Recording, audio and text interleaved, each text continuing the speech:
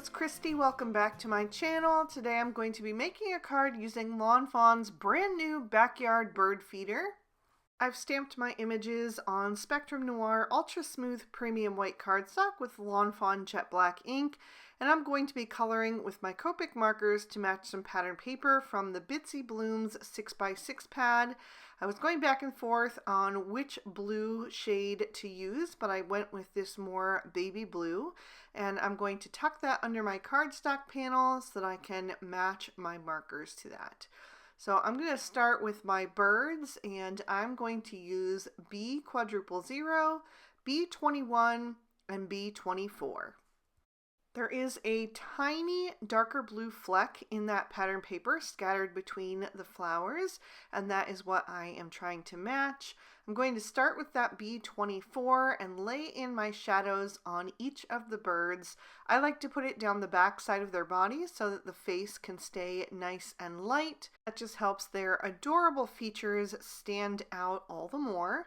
Then I'm going to come in with my mid-tone, which is going to be the B21, and I'm going to pull that color forward on the face, the wings, and the tail, working in toward the belly.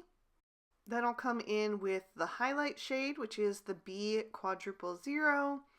This ended up being a little bit pale for me, so I am going to alter it just slightly, but I did blend over the edge of that B21 and kind of pulled it into the lightest areas.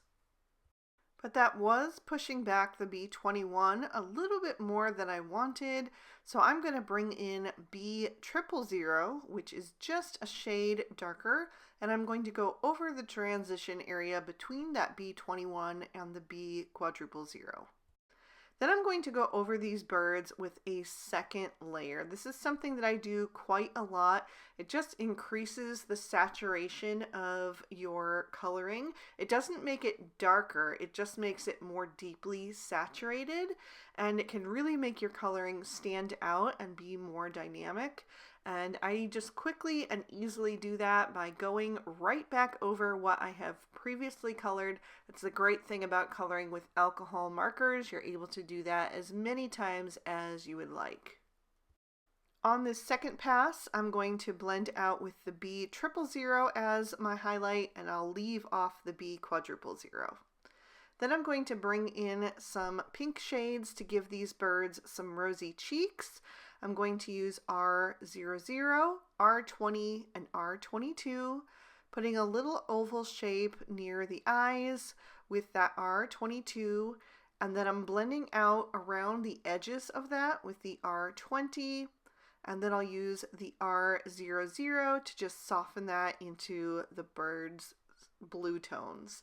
And then I'm also going to do their bellies in this tone. I wanted them to look like Eastern bluebirds, so I used the R22 down at the lowest part of the belly. For the one that doesn't have the line, I'm just going to draw it in myself, and then I'll blend out with the R20 and then use the R00 for the highlight. Eastern bluebirds have kind of like a grayish beak, so I went with N3 and N5, just a touch of that N5 first, and then blend it out with the N3. Now I'm going to move on to my branch, and I'm going to go with E53, E55, and E57.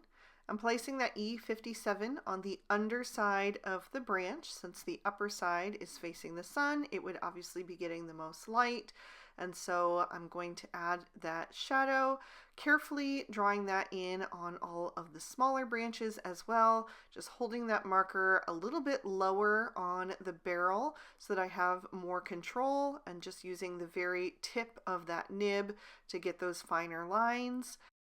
Then I'll come in with my mid-tone, the E55, and I always go over the very edge of the previous shade to help that blend into the next one, just kind of pulling that color, dragging it into the mid-tone, and then the same with the highlight. I just pull the mid-tone into that highlighted area so everything looks nice and smooth.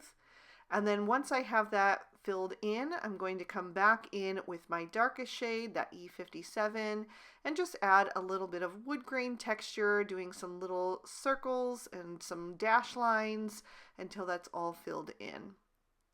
Then I'm going to move to the leaves, and I'm going to go with YG41, YG45, and G46.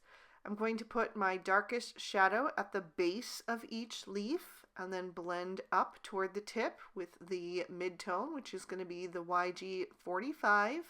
I'm saving a little bit of room on the edge of each of those leaves so that they look a little bit more transparent, where the sun kind of shines through them. I'll fill that area in with the YG41. I went with these more blue-toned greens just to match a little bit better with that blue pattern paper. Since the flowers on that pattern paper are white, I want to keep them white, but I do want to add just a tiny bit of dimension to them. I'm going to take the E40 and just add a little line of color to one side of each of the petals of that flower. And then I'll move on to my bird feeder. And I was going back and forth between a green and a gray. And so I decided to go to something that's a little bit in between that. It's kind of a very desaturated green that has a lot of gray tone in it. And that is BG93, BG96, and BG99. And I want this bird feeder to look rounded, so I'm going to place my darkest shade, that BG99, on the outer edges of both the top and the bottom, and I'm going to work my way toward the center with the BG96 and then the BG93, and I left a little bit of space there and decided to bring in the BG90, which is a super pale shade, but I'm just going to go over that very center where I left it white and pull that a little bit into the colors around it so that we get like almost a shine mark in the center of that bird feeder. For the seeds inside it, I wanted to go with something that was really golden toned, so I pulled out Y21, Y26, and YR24. I'm going to use that YR24 down at the bottom. I'll also color in the separate little pile of seed, and then I'll blend up with a flicking motion, kind of feathering that color upward with the Y26, and then I'll fill in the rest of that area with the Y21. I'll fill in the top edge of the pile of seeds as well. And then I'm going to switch to some darker tones. I'm going to keep the Y26 and the YR24, but I'm going to add in the YR27 and E18. I colored in the larger seeds with the YR24, imagining that it's like maybe dried corn, although I think it could be fun to color those in dark grays and make them look like sunflower seeds. And then I'm going to take all 4 of these shades and add in some extra dot detail. There's a few little dots already drawn there, but I wanted to add some extra ones to give it some nice texture and really give it that feel of birdseed. So I just started at the bottom with the darker colors and then kind of went into lighter colors toward the top. Then for the flower centers, I wanted to go with something that was a little bit brighter that matched with the centers of the flowers on the pattern paper, and I used Y13 and Y15 for that. I did also want to give a little bit of color to the top part of that bird feeder that is above the seeds so that it looks like it's transparent and we've got a little bit of the sky reflecting through. I did that with my B000. Flicked in a little bit of color over the seeds as well so that it looks like it's behind that plastic or glass. And then I also used my colorless blender to just soften that. And then I trim these images out with their matching dies.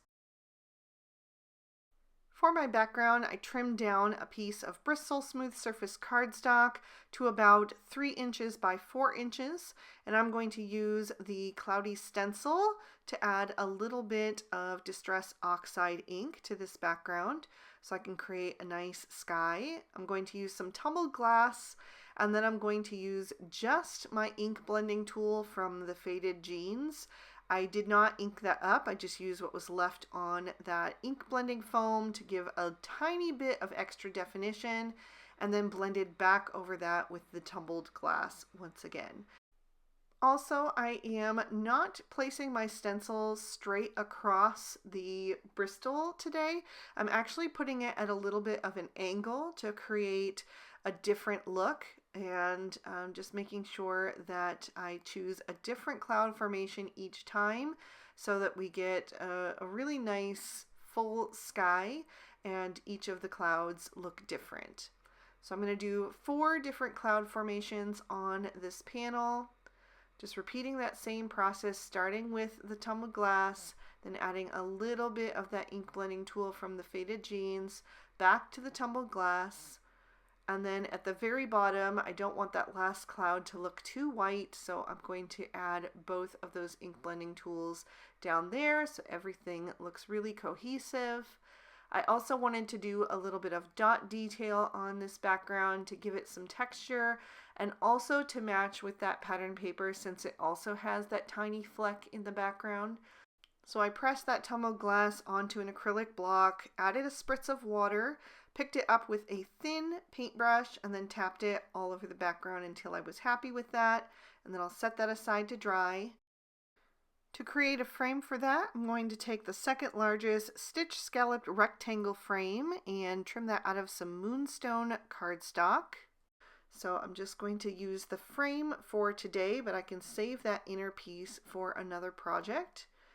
And then I'm also going to take my Bitsy Blooms pattern paper. I'll pull out the one that I used as my color palette inspiration, and I'm also going to take out this lighter blue kind of plaid pattern, diagonal plaid, and I'm going to trim both of these out with the large stitch rectangle stackables. I'm going to use the largest die in that set, and then I'm going to trim that blue piece down into a smaller strip, but that way my stitching detail will still line up.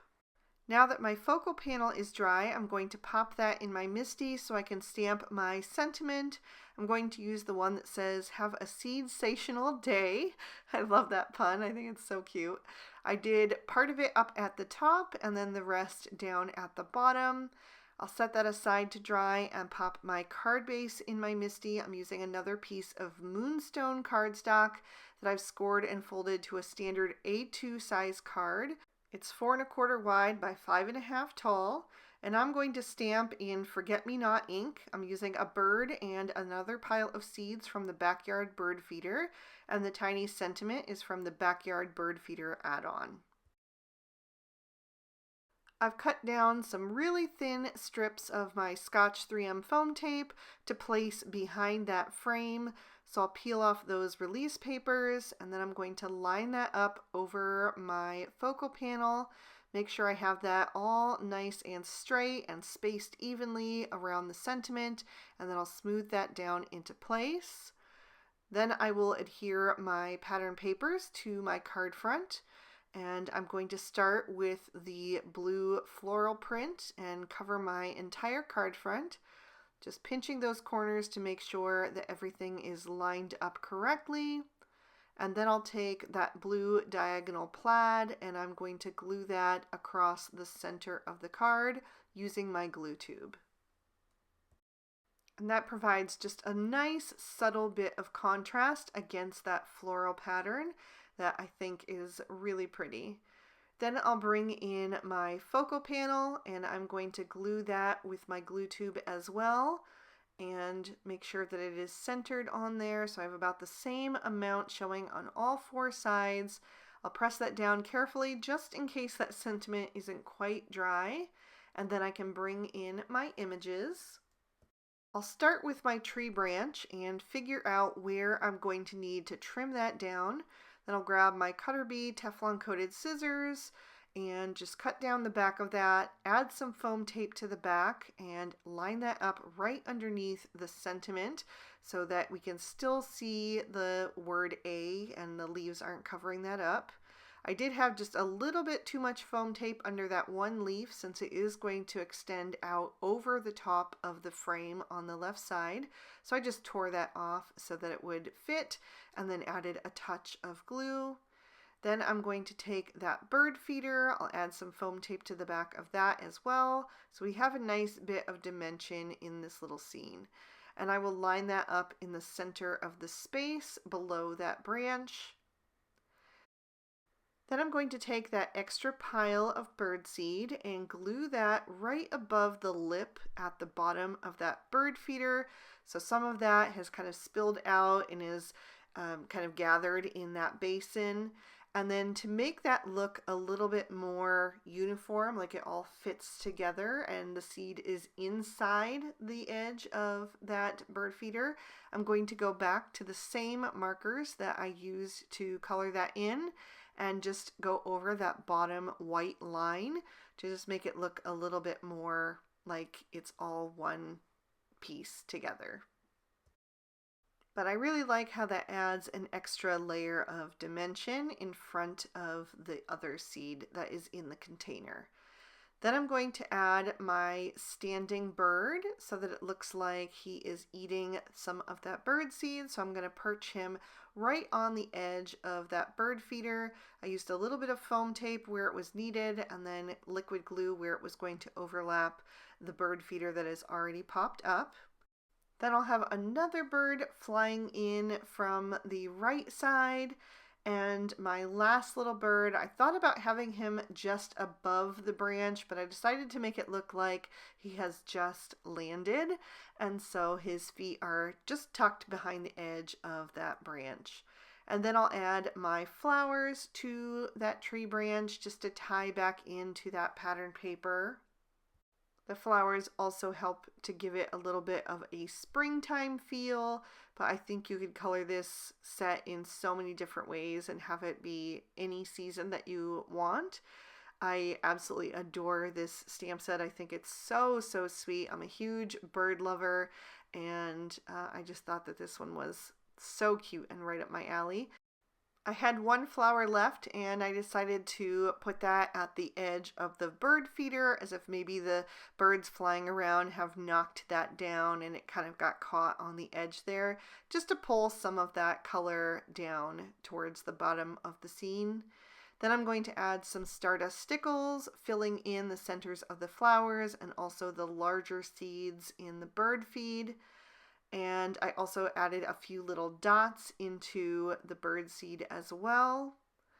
And then I decided to add in a few little clear sequins. I just thought that would be a nice touch to fill in some of the empty space.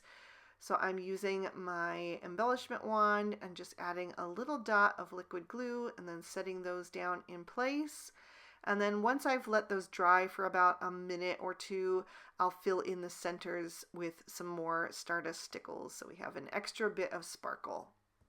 And that is going to finish off this card, so I will lift that up so you can see all of the detail and give you another peek at the inside. I really had such a blast playing with this stamp set today. I just adore it so much and I already can't wait to make another card. So if you enjoyed it, please be sure to hit that like button and leave me a comment down below. I'd love to hear from you. This video will also be on the Lawn Fawn blog and YouTube channel today, so if you'd like to see it again, you can catch it over there. Subscribe to my channel if you haven't already and ring that notification bell if you want to be alerted when I post new videos. All the products I use will be listed and linked in the description bar below in case you'd like to pick up anything for yourself. And if you'd like to keep watching, here are 2 extra videos I thought you might also enjoy. Thank you so much for spending your time with me today. I hope you had a good one, and I'll see you soon in another video. Bye-bye!